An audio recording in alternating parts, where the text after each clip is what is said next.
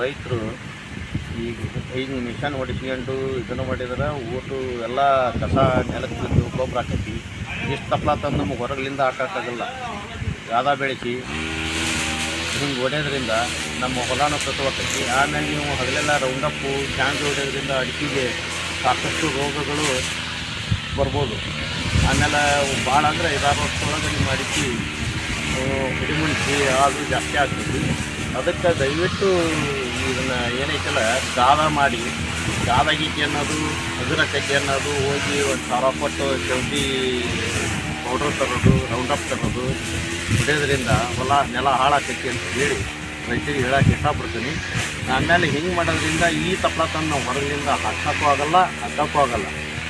ಯಾಕಂದ್ರೆ ಸಾಕಷ್ಟು ಖರ್ಚು ಆಕೈತಿ. ಈಗ ಬೇಡ ಒಂದು 4-5 ಸಾವಿರ ಜಾಸ್ತಿ ಹೋಗ್ಬೋದು ನೀವು ಎಣ್ಣೆ ಹೊಡೆಯೋದ್ರಿಂದ. ಆದರೆ ಇದನ್ನು ಮಾಡೋದ್ರಿಂದ ನಿಮ್ಮ ಹೊಲ ತಾಕತ್ತೈತಿ ಅಂತ ಹೇಳಿ ಹೇಳ್ತೈತಿ. ಅದಾವ.